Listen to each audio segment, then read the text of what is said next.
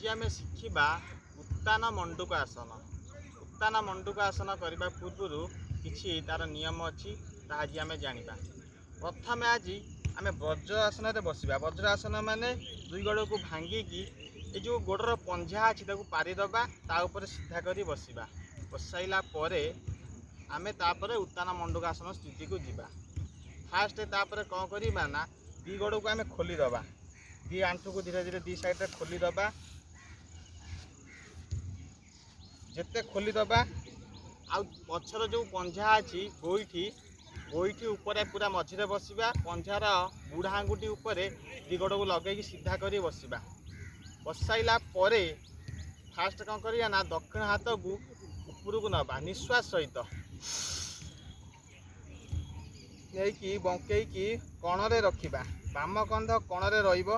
हाथ सीधा है दुई रे पुणी बाम हाथ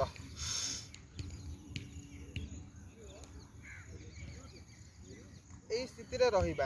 अंत कंभुक स्थिति रे रहिबा। निश्वास नबानी आ छाड़बानी।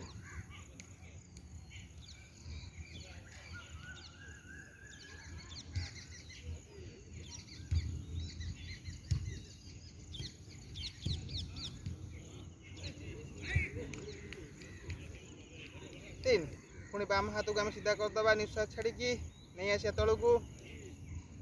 पुणी दक्षिण हाथ को सीधा करके तल को नहीं आसवा। आसिकी पुणी दी गोड़ जॉइंट करदे। वज्रासन स्थिति को आम पलि आसवा। आ ना हूँ उत्तान मंडूक आसन।